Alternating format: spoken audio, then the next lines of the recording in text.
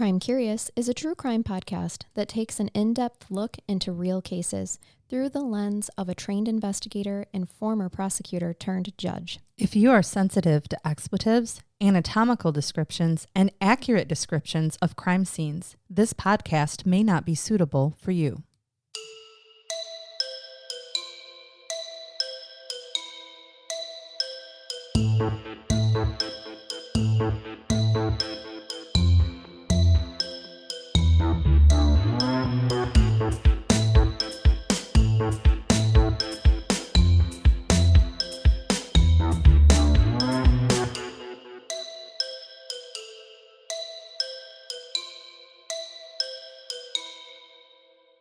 Hey Crime Curious crew, we wanted to tell you how you can fuel your soul with every sip from Pretty Bomb Coffee, one of our small business sponsors that we have fallen in love with.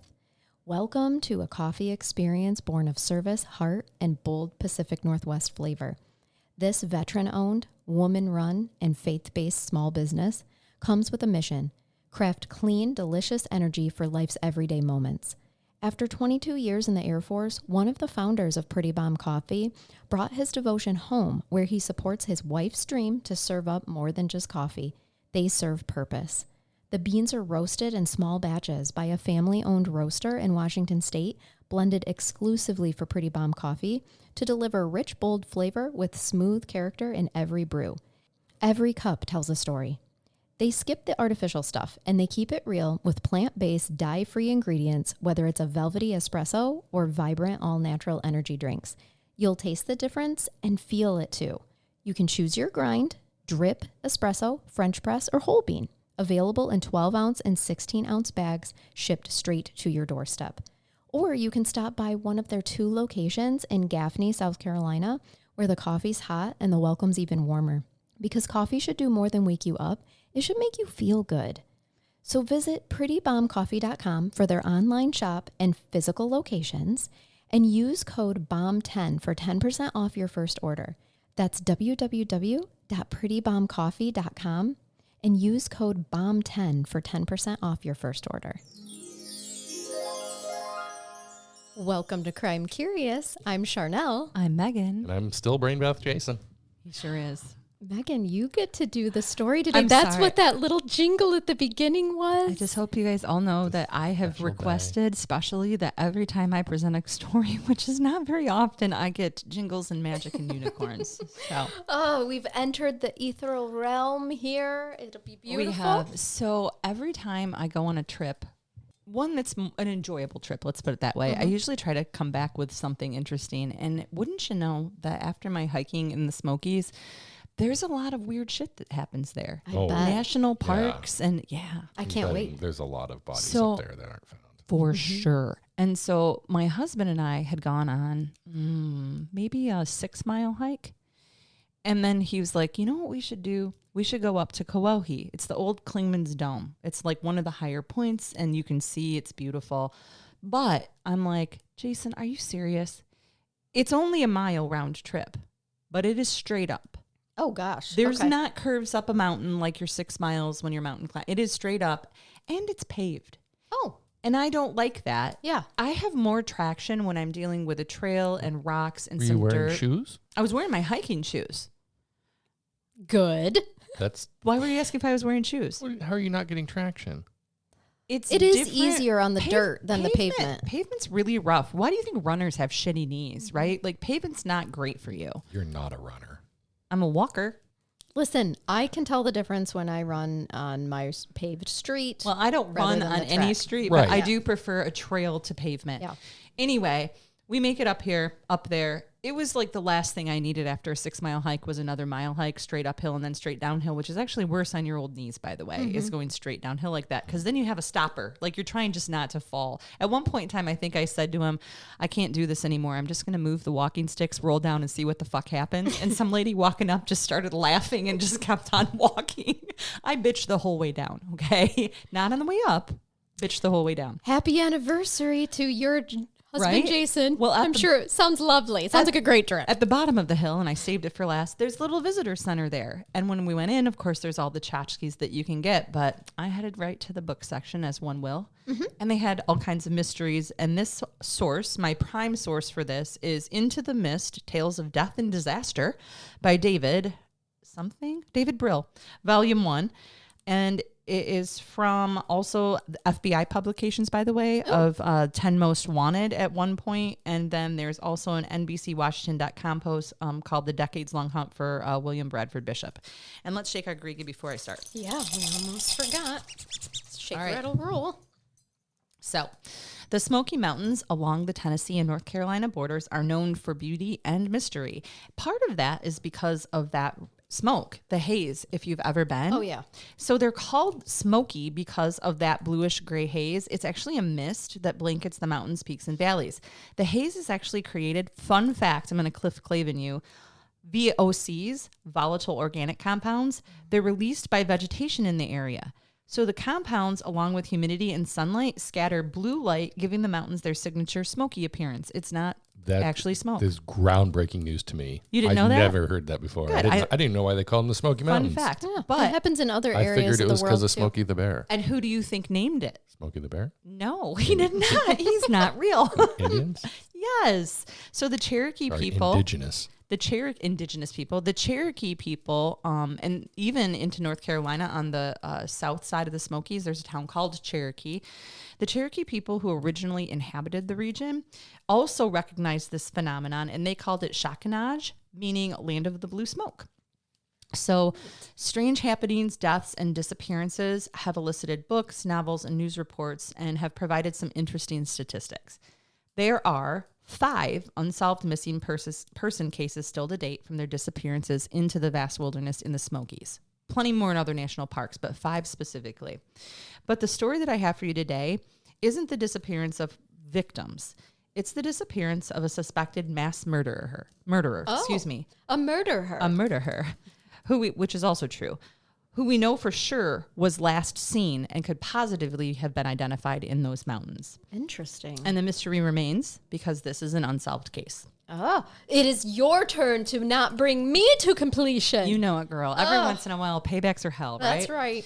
So I recently hiked the mountains, albeit on a clearly marked and regularly used trail, except for one mishap, a 4-mile mishap, where I think we must have been down You say some type of 4-mile yes, mishap? down a deer just trail. Just a short 4-mile Yeah. mishap. So let me just interject with when you get to the parking lot on the Appalachian Trail part, like you're going to head up into what should be a clearly marked hike to the boulevard, which is a really beautiful hike with great views.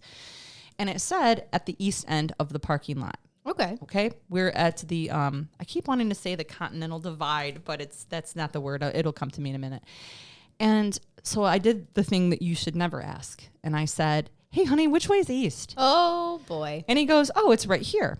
Okay. And you look that way and there's 2 metal poles, like almost like a gate could close there, but there's no gate. Know exactly what you're talking But about. there's stickers all over it. And this is kind of an Appalachian Trail kind of thing where people put hiking stickers on stuff. Oh, and so we gosh. take off down this. And at first, it looks like a normal path, but it very quickly becomes what can only be described as a deer path. What time of day was this? This was at about noon. Okay, so the sun is directly above you. But we are so, at this point, in a forest heading down a mountain. And I said multiple times, I really don't think we're going the right way. I do feel like we should be heading up the mountains. Newfound Gap, by the way. Oh, Up at Newfound It Gap. came to you. Yes. And then we get to a spot where there's a fork. And it kind of went up and then went down. And I'm like, the way up, though, was blocked with rocks. Okay, we'll just take the down. And then we finally got about 2.2 miles. And I went, we are not going the right direction. And then I'm pissed. I'm like, let's just turn around. And I'm like, can I get a drink of water? So I get my water bottle, my new water bottle out, and I open it up. It has a compass in it. Oh, Right at the top. And I looked at him and I grabbed my water bottle and I went like this and I went, we aren't going east. So we went back another 2.5 miles uphill this way time, by the way, and then started our 5-mile hike in the correct direction. Oh my gosh. So this is why people can disappear. Yeah. We were in broad daylight. I had the wherewithal to at least know where the road was. Like, I'm not completely directionally challenged. Thank God we found a compass, because I did look for one in the bag too and was like, hey, I thought you said you had a compass in here. Well, we didn't. So when I hiked these mountains, clearly, it became clear that if you were to fall off, if you were to veer off a path very quickly, you would just be, this is vegetation here. There's no way to see you. I don't even think, not even from a helicopter, there's just no way. The earth now owns you. So a slip of the foot, a missing compass in my case, or maybe perhaps because one doesn't want to be found, it would be a good place to disappear. So I'm going to start the story by taking you away from the Smokies, however, into a different part of North Carolina. On March 2nd, 1976, a park ranger working the North Carolina Division of Forest Resources while on his watch in a 120-foot tall fire tower, so he's got a good vantage point, saw what appeared to be a plume of smoke rising from a pine forest outside of Columbia near the Outer Banks. So I'm taking you to OBX. Cool. An area you know well. Love it. Well, when he went to investigate the smoke, it was unimaginable what he found. And outside the scope of the wildest nightmares of what a park ranger would expect to find. This is a huge trigger alert. Okay. There were 5 bodies that had clearly been drenched in gasoline, smoldering in a quickly dug ditch the size of a standard bathtub. So this is a makeshift grave. Oh my gosh, yeah. The youngest of the 5 bodies appeared to be 3 very young boys still dressed in their pajamas. Oh. The other 2 bodies appeared to be adult women. So the park ranger calls for law enforcement, and the Tyrrell County authorities arrived. This is where they found that the 5 partially burned bodies, they described it to be in a makeshift grave, were clearly victims of homicide. Autopsy reports would later conclude that all of them had actually been bludgeoned to death. But unanswered were, who were they, who killed them, and why were they left there? There were no missing persons reported anywhere in that area. Oh, geez. And that would be big news. 3 It would be. kids. 3 children 3 unaccounted children for. and then 2 adults, what appeared to be 2 adult women, right, just unaccounted for. Even in a vacation area like OBX, right? Yeah. Like, people are going to start to notice Yeah. at some point. So a week later, states away, now I'm going to take you to Maryland. Okay.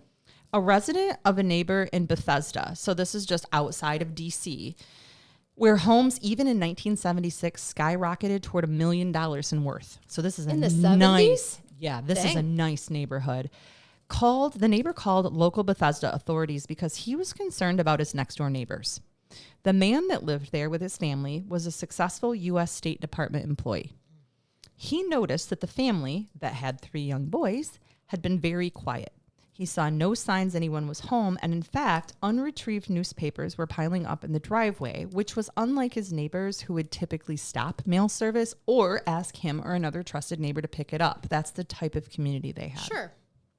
Well, when law enforcement arrived and they entered the home validly for a welfare check to investigate, they found the house empty. But the scene was gruesome.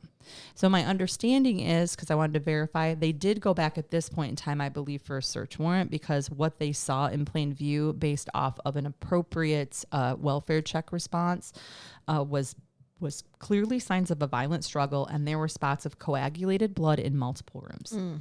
Also missing was the family's 1974 Chevrolet station wagon and the family dog Leo, who was a golden retriever. Even though it was 1976, it did not actually take long. We're talking a couple of days for law enforcement to link that the discovery of 5 partially burned bodies in North Carolina states away may be linked to the horrific events in the Maryland home. Really? Yes. Dental records later down the line were actually required for positive identification. And a 3rd location comes into the radar, the one we started with, and that's 500 miles to the west and located in the middle of Great Smoky Mountains National Park, where there was a found 1974 Chevrolet station wagon. Oh, so the station wagon is in the mountains. Their bodies are in OBX. And their home is in Maryland? You got it. And Maryland's, off the top of my head, got to be 4 or 5 hours from Outer Banks. Easily. Dang. Easily. I haven't driven that stretch, but 500 miles west and through the mountains from Maryland down to that area. I mean, that's 6-8 hours. Yeah. 6 to 8 at hours. least. Yeah, What a little triangle we have here. we do. So Okay. I'm going to tell you about the family. Sure. William Bradford, also known as Brad Bishop Jr. Brad Bishop. William Bradford Bishop Jr. was born on August 1st, 1936 in Pasadena, California, to Lobelia Amaryllis St. Germain and William Bradford Bishop Sr. He attended South Pasadena High School and received a Bachelor of Science degree in history from Yale, Wow. a Master of Arts degree in International Studies from Middlebury College. Alternatively, Bishop has been reported to also have obtained a bachelor's degree in American Studies from Yale and a master's degree in Italian from Middlebury College. So Okay. I don't know that anybody had his official transcripts, Sure. and it could have been a combination or all three. He's quite educated, though, for being born in the 30s, so this would have Right. been in the 50s. Yes. Dang. So Okay. he also, and they know, he has a master's degree in African Studies from UCLA. Wow. So after he graduates from Yale in 1956, he marries his high school sweetheart, Annette Weiss, with whom he had 3 sons, William Bradford III, Brenton, and Joffrey. He joined Brenton and Joffrey. Yep. Okay. He joined the United States Army and spent Wow. 4 years working in counterintelligence. Sure. Okay. Are you getting spidey senses and Well, tingles yet? I mean, this is a recipe for Yeah. Dang. disaster. All you have to do Like, is add the wrong ingredients when you're Yeah. talking with a person who's this smart and this educated with access to this much power. right. And was And- also militant. Yeah. And listen, Trained on how to make things disappear. so with the counterintelligence piece, he speaks 5 languages fluently: Damn. English, Italian, French, Spanish, and Serbo-Croatian. And here I am just with sarcasm and barely English. And sometimes a few words in Spanish. I was going to say I can get a bathroom and a beer in Spanish. Just enough to make all a of you library. Spanish-speaking folk roll your eyes and spit in our beers, Right. deservedly. Sure. Right. Deservedly. Yes. So after he leaves the Army, he joins the U.S. State Department and serves in the Foreign Service in many postings overseas. This includes postings in the Italian cities of Verona, Milan, and Florence, where he did postgraduate work at the University of Florence from 1968 to 1972. He also served in Africa, including posts in Addis Ababa, in Ethiopia, and Gaborone in Botswana from 1972 to 1974. Wow. Impressive. Bishop's last posting, which began in 1974, was at the State Department headquarters in Washington, D.C., as an assistant chief in the Division of Special Activities and Commercial Treaties, representing the U.S. government in high-stakes international trade negotiations. Holy shit. This is a powerful person in the U.S. government. Yeah. He was living at that time in Bethesda, Maryland, with his wife and 3 sons, as well as his mother, Lobelia. Lobelia. There are some amazing names in this case. And now I'm starting to understand why he could afford a house that was in the 70s even worth millions. Right. Close to millions. Yep. At the time of the events, Bishop was 39, Annette was 37, William Bradford III was 14, Brenton was 10, and Joffrey was 5. His mother, Lobelia, who had moved in with them, was 68. They were well liked and clearly the kind of family that would be noticed if something in the neighborhood seemed off. I love the name Lobelia, by the way. This is the first time I'm hearing it. It just keeps, yeah, I love it's a it. great name. It is. He had a salary that afforded him and his family an upper middle, they called it. I would say to upper class, living in a 2,500 square foot home on Lilystone Drive in Bethesda's Carderock Springs subdivision. He was smart, good looking, and was personable and good natured. He was also well liked by neighbors and coworkers. So it wasn't My God, like he's good looking too. He's not Was bad he looking. given everything? I feel like the bottom part of his face kind of looks like what my grandma used to describe as a pinch face dance hall girl. Yeah. Like his forehead and eyes and stuff were much like longer than like, and then everything else was just like shoved into a small area of space. God did that, right? Pursed. They were pursed. But he's definitely not unattractive. He clearly looks like a professional in the photos, and I can show you a picture of him. But I think it's important to note that in these type of situations with people like this, they can also be pretty weird at times. And I was you going to get say, I bet he's neighbors- not funny. Yeah. Oh, he I probably bet has a he's not. shitty sense of I'd humor. rather be ugly and funny. Right. Please tell me with all of the things he has going for him, he's not funny. Yeah, exactly. Right? That's and like, maybe Micro. Yeah, he's Yeah. got a micro yeah, of some something, kind. because otherwise he really would just be God's favorite. Like that's unfair to the rest of Basically us. James Yeah. Bond now. Yeah. Well, other things come into play that really can just ruin this perfect Okay. perfect type of intelligence and looks and such, and personality, really. And again, it's important to note that it wasn't just that the neighbors loved like his wife and his mom and his kids. They truly and genuinely liked William Bradford Bishop too. I think in a lot of situations you'd be like, oh, the snooty asshole that works for the State Department who thinks he's better than everybody else. And that was not the case in any interviews. Too? He was. Gosh. All right. So as is sometimes the case, people who are insanely successful and who are often the most reluctant to ask for help when experiencing some kind of mental distress break. Of course. And this is where you no longer become God's favorite, as we call it, because any of you or us who have experienced some type of mental illness, and at this point, is that like 90% of the population? Yeah, have some we're type all of on a issue? spectrum somewhere, you guys. See what I mean about his face and nose? His mouth and nose are very close together. Yeah, but you're right. He's not unattractive. He's not. He's not. Little creepy smile, but not too terrible. Now he looks like a serial killer, Right. or at least a mass murderer. Yeah, no. It's when people don't smile with their teeth that right. makes them look a little bit Killery. suspicious. Don't Yeah. be suspicious. Don't be suspicious. Maybe he just Sorry, really general doesn't audience. like his teeth. I don't know. Perhaps. And it's the 30s. Of Well, course. it's not now, it's the 70s. But the FBI investigation that commences, they found that Bishop had some anger management issues. Okay. So I think he's the kind of guy who's so smart that he's not going to let the general public notice that he has anger management issues, but he clearly does. Okay. And because his family is no longer around to tell the tale, we don't know what he was like at home or if there was any signs that he was experiencing some type of break or anger He issues. came home some days from work and just started kicking the dog for no reason. No, I don't think it was the dog, and we're going to get to that. Oh, okay. Don't, okay? But I see where, I think you're going. I think with his that. wife and children probably bore the brunt of this, to be honest with you. So he was prone to, they reported, violent outbursts. This was at work, by the way. And It can was be suffering. frustrating to work with dumber people. He's so smart. Here's the thing. You said that with conviction. honey. First of all, he's sitting right here, and that's rude, okay? Seriously. Like, what the fuck?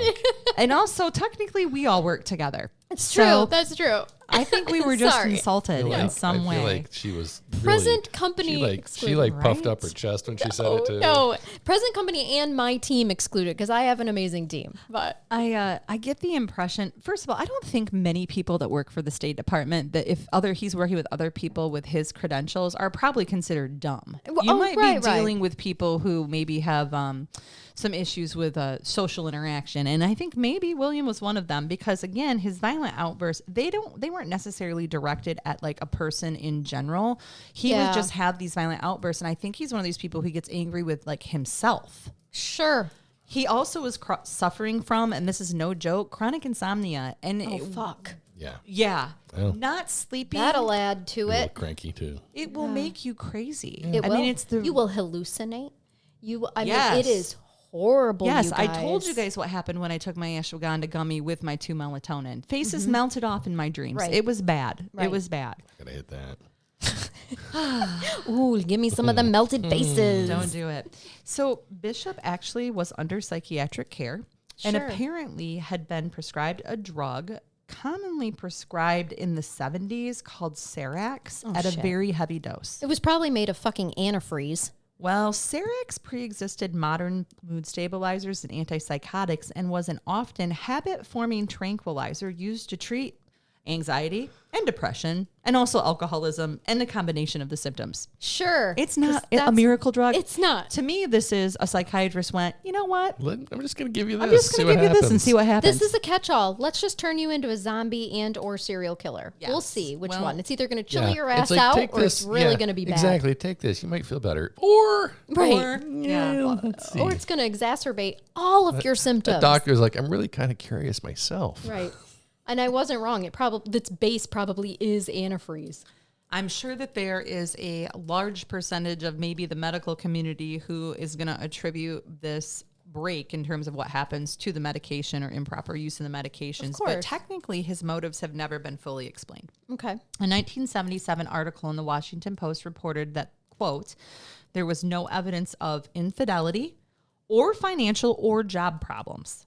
Wow. None of the typical, Although- risk factors. Although it was reported, and I think that this counts as a job problem, For him, a perfectionist, Oh. he had been recently passed over for a promotion. Oh, no. So there's no history of work-related issues. His being passed over has been described as the first glitch in the storybook tale. Sure. That that makes sense. This is the first time he, I think, has experienced real failure. Rejection, too. This man hasn't failed before. Oh, no. He has the perfect upbringing, the perfect education, marries the high school sweetheart, excels in the military, goes on to become intelligence, is master of many languages.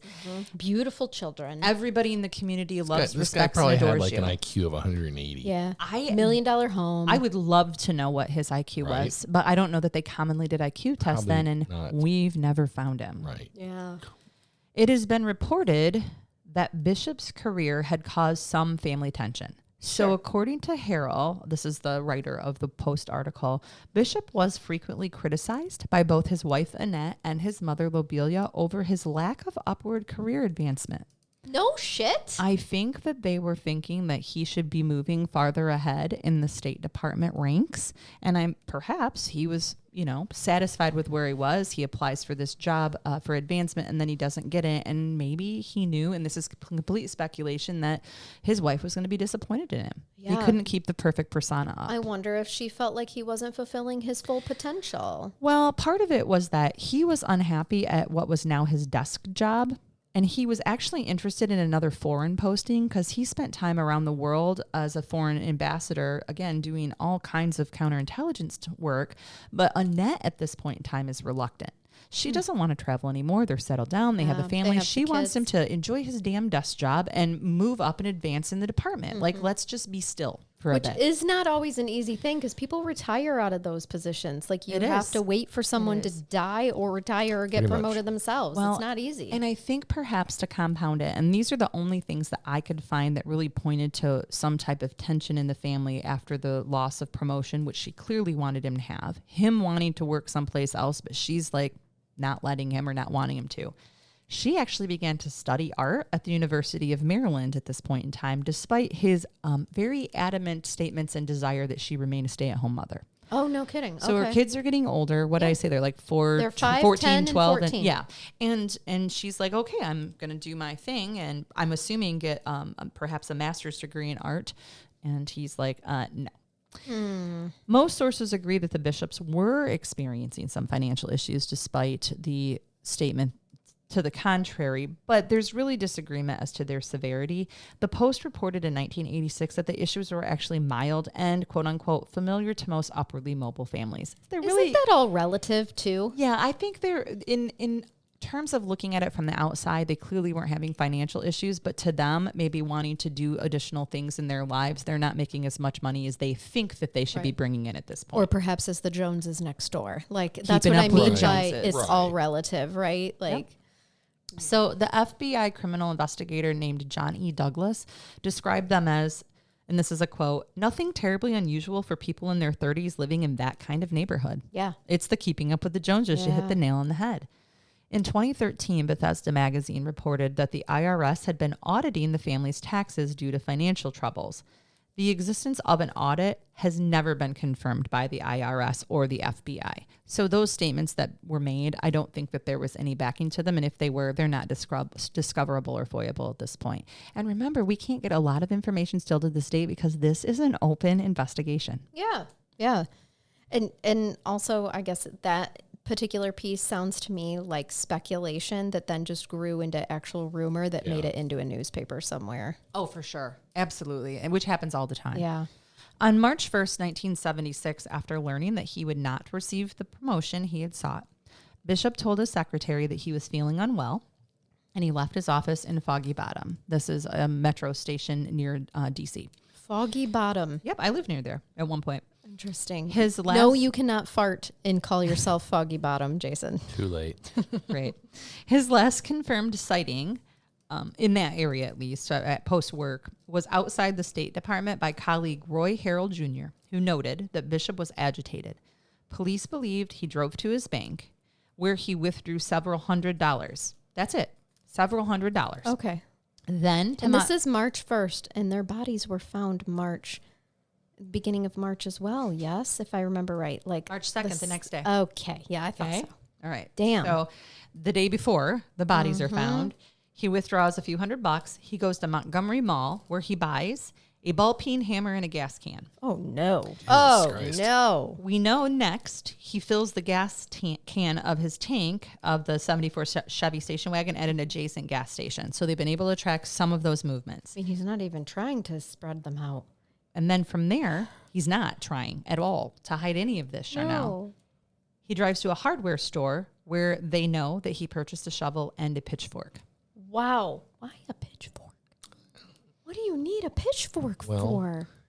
Poking people or I mean, what do you? know. What, you're the farmer. You tell us. when you move hay, you take a pitchfork and you stab it into the Yes. bale and haul it. And then, okay, and then throw it over your shoulder. moving bodies, honey. Oh. Okay. Yes. No. I hate it. You hate it. Okay, well, here's the part that you're going to hate the most then. Again, trigger alert. Bishop returns to his home in Bethesda between 7:30 and 8 p.m. Police believe his wife was likely killed first, then his mother, as she returned from walking the family dog. Oh. Finally, his 3 sons, 5, 10, and 14, were killed while they slept in an upstairs bedroom. And that breaks my heart because, you know, so he kills the 2 people that could have protected him, the wife first, and then mom as she walks in on what's happening. And then he goes up and methodically kills each of these children. Yeah. And does he keep the dog alive? Well, yeah. Because we never find the dog, eh? No, but he does keep the dog alive. So, and we're going to get there too. But what's incredibly sad about this, and I just want to put this into perspective, even though we don't always need to get into graphics, but this is noted a number of times. They were struck so forcefully that he actually left indentations in the ceiling. Oh, shit. So he's swinging this thing down at the children to kill them so hard that he's hitting the ceiling with What this the ball-peen hammer. Fuck? That's an entire psychotic break. So Bishop allegedly then, because technically, We have to say allegedly. technically he's never been convicted of this crime, but he has been charged, by the way, Oh, okay. which I will also get to.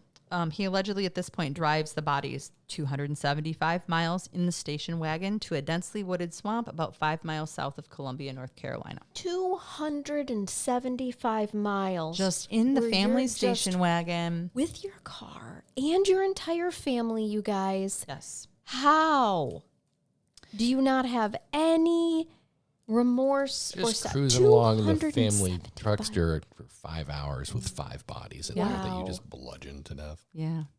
There'll be more description in how he was traveling as well. On March 2nd, he allegedly dug a shallow hole where he piled the bodies and set them ablaze with gasoline. Forest rangers, attracted by the smoke, the gentleman I already indicated, found the bodies along with a gas can, a pitchfork, and a shovel with a partially legible label bearing the letters OCH and then HDW. This was later determined to refer to POCH, P-O-C-H, apostrophe S, hardware. That's the HDW. And this is how they're able to link back to confirm that he made those purchases. Okay. Bishop is also known to have purchased tennis shoes at a sporting goods store in Jacksonville, North Carolina, later the same day. So now he's headed away. And from he's the got to scene. change his clothes. He buys some tennis shoes. In fact, this was the last confirmed sighting of Bishop when he used a credit card to purchase a $15 pair of tennis shoes. According to witnesses, he had the family dog with him. Oh. So now picture that. No. He's driving in his vehicle with his trusty golden retriever and the bodies of his entire family in the back of his golden car. retriever can smell all of that, knows that they're not living anymore. That's awful. That is animal abuse on top of the horrific If things that only he's they done could to his family. testify, Right? Well, here's the Oh, weird this part. Beautiful golden retriever. There's also, So we can know. I just say $15? He sprung for a $15 pair of New Balances. Like, come on, dude. Well, think about where he's heading. Like, the guy's definitely going to need some sneakers. Needs some different shoes, I guess. But I mean, spring for a little bit more, General. It was whatever he also general. Nothing. He doesn't have rank that I'm aware of. So along with having the family dog with him, there was a report that he was possibly accompanied by a woman described as quote unquote darker skinned. What? Here's what happens. She was reported by an onlooker to have been walking the dog while he shopped. Okay. Her identity was never confirmed. So this called for a ton of speculation from sleuths in that time and detectives that there was another person or even a love interest involved. But we do know, looking back, that there's nothing that's presented itself in terms of this, any type of an affair or another person. So I think perhaps, maybe, could it be there was a woman outside the store and perhaps he simply asked her to hold on to his dog while he went in to make purchases? Hey, I'm in a hurry. If I pay Can't take a dog in a store. Right. If I give you $5 and you walk my dog for a minute, I'll be right back. Yep. You wouldn't have to pay me. If somebody... I don't want to tie my dog to this tree. Yes. Or leave it in the hot car. Right? Yeah. So he's going to walk in the store. They say no dogs allowed. And he says, ma'am, would you mind? If somebody asked me if I would watch their dog, I would totally hold on to Oh, that me dog. too. Absolutely. Charnell could be convinced to get in someone's van for a cute puppy. Absolutely. You just bring me those puppies. On March... They're never free. They're never free. There's always a price to pay. On March 18th, Bishop's station wagon was found abandoned at an isolated campground in Elkmont, Tennessee, at the Great Smoky Mountains National Park, a few miles from the Appalachian Trail and about 400 miles from the site where the Bishop family was buried. Wow. According to an incident report, I said that wrong because the next name is Roy. According to an incident report, Roy Owenby, a resident of Elkmont, reported that there was a rust-colored Chevy station wagon that had been parked near the Jakes Creek trailhead for almost 2 weeks. Now, I will tell you this. Things have changed now with parking and permits in Great Smoky Mountain National Park. So, fun fact, unlike other national parks where you pay to get in, it is almost impossible to have one place to have people pay because there are multiple routes in and out the Smoky Mountains National Park, including covering both North Carolina and Tennessee. So what they implemented was a parking system. So you can drive through all you want for free on a highway as long as you're not stopping. But if you stop to park anywhere, including a hike or overnight parking, you have to buy a parking permit at one of the stations located at different parts of the park. I think there's 3 different stations. It's not expensive, but it's also a way for them to keep track, right? Mm-hmm. So if there's a car parked there, it has a permit in there, and it runs out of its permit time. The longest you can get's a week, by the way. You can get a 1 day, a 3 day, or a 1 week long permit. Then you're going to know at this point in time to start doing some checking. Yeah. And in order to park overnight and do camping in certain places, you actually have to check in. So there's a lot of things that have changed since now. But at the time, right, he says, yeah, it's been there for a couple weeks. And my guess is that's probably not abnormal at the time, because I think people would go on long camping trips and hiking excursions in the mountain before it was regulated. Of course. Ranger C.E. Heinrichs arrived to investigate and inspected the interior from the window, noting nothing out of the ordinary. But when he checked the Maryland license plate and called it in, he received an emergency response that the car belonged to a suspected murderer, William Bradford Bishop Jr. The Knoxville office of the FBI, which is about an hour to an hour and a half from the Smokies, maybe longer in the 70s, was called. And then the next thing you know, there are 10 federal agents on the scene. Wow. They're on a manhunt for this guy. The car contained an open container of dog biscuits with dog biscuit crumbs on the front seat. So we know the dog is alive, and he's been feeding the dog biscuits up to the point they exited the car. There's also a bloody blanket, a shotgun and shells, an axe, a shaving kit with Bishop's medication in it, men's clothing, and the trunk's spare tire well was full of blood, because that's where we know the bodies were. Yeah. A witness believed the car had been there since anywhere between March 5th to the 7th. Okay. So roughly 3 days from the date that the bodies were found. Ranger Heinrichs turned the investigation over to the federal agents, making Park Service personnel available to assist in any way, which is necessary, really, to have officials that know the trails and the land. That would be foreign and difficult for agents not familiar with that terrain. Because can you imagine a bunch of suits out there trying to figure out what to do? And, I hiked that recently. It was tough then. I can only imagine before unimproved trails. At this point, the agents thought that Bishop might still be somewhere within the park, and they needed trained trackers familiar with the park and the hiking trails. And so they did take advantage of the offer of the back rangers from the Great Smoky Mountain National Park. Oh, good. Police theorized that Bishop joined the flow of hikers on the Appalachian Trail. For the next 2 days, over 20 FBI agents, guided by a team of Great Smoky Mountain National Park trackers, did a grid search that radiated outward from Elkmont. Some of the trackers, I'm going to give them credit, were park technicians Dwight McCarter, Jack Collier, Lenny Garber, J.R. Buchanan, and Ranger Bill Burke. They used numerous tracking dogs, including 2 German Shepherds that had actually been involved in the hunts for Patty Hearst and Jimmy Hoffa. Oh, great. I'm just going to point out the obvious here. I'm like, so they're not good at it? Like losers? I think that they were able to find hard to find trails, but then came up at a loss. Like in both, if we look at that positively. Helicopters were used to scan from the air, and they also attempted to follow his ascent with bloodhounds, but without success. One dog did briefly pick up on Bishop's trail, and it led to the front porch of one of the cottages in Elkmont. Now, at the time, Elkmont was actually a collection of cottages occupied by leaseholders, even though the land clearly fell within a national park. It wasn't until 1992 that the National Park Service declined to renew those leases and ownership went back to the federal government. So there are actually residents in these at this time because they had some type of a lease on it that expired in the 90s. Sure. The dog queued so hard on the cottage that it could not be pulled away. But when his handlers got inside and searched it, it turned up nothing. Then Smoky Mountain weather, rain, more rain sets in, and it obliterates any potential scent trails that were remaining from his movement throughout the park. So he was in that place for sure. We know. If you trust a dog, a scent dog, and I trust a scent dog more than I do some law enforcement investigators, no offense, fellas. Yeah. Because there's just no way to say that didn't happen. Yeah. Right? We don't know where he went. We can't really speculate from there, but we know he was in the park. He had clearly been making his way for something and must have used that place as a shelter or tried to. Right. The following day that they had to stop with the tracking because of the rain, a grand jury indicted Bishop on 5 counts of first-degree murder, among other charges. Sure.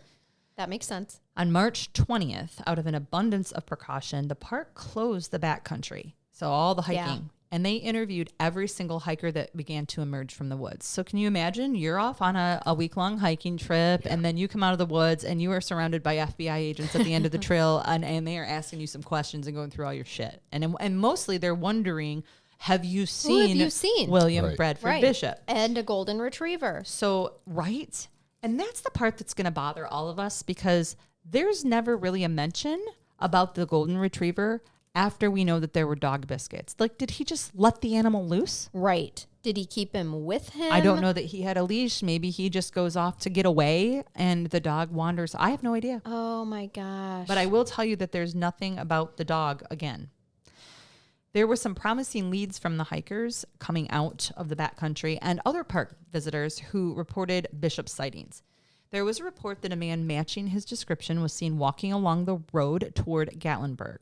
Another report was that the suspect was seen wearing a backpack and walking along Little River Road, a half-mile west of Sugarland's Visitor Center. This is just a couple miles from Gatlinburg. So these 2 reports are consistent because it would show somebody coming north from the Newfound Gap area, like where he was from the Elkmont area, and then walking potentially into town to Gatlinburg to do whatever, and then back into the park toward Sugarland's Visitor Center. Okay. A couple of Boy Scouts from Texas who had been out camping with their team, with their scout group, reported that they had met a couple from Ohio who identified themselves as Mike and Betty, that told them, hearsay upon hearsay, that they had been joined in camp by a man dressed in city shoes and clothes and carrying a duffel bag and a tent. So another couple talks to these Boy Scouts and says, hey, we had a weird thing happen the other day at camp, and anybody can show up at certain of these designated camping areas. It's this guy who appears to be city folk, wearing them flat bottom shoes and carrying a duffel bag. Perhaps he left his tennis shoes in there. I don't know. Searchers at some point found tracks in the mud made by soles with no tread, street shoes, near Double Spring Gap Shelter. And this is the correct area as well. So there's some consistency here. Yeah. The things that are being reported, there is something to authenticate that or corroborate it. There was also a sighting from near Pittman Center and from Cades Cove near the Primitive Baptist Church.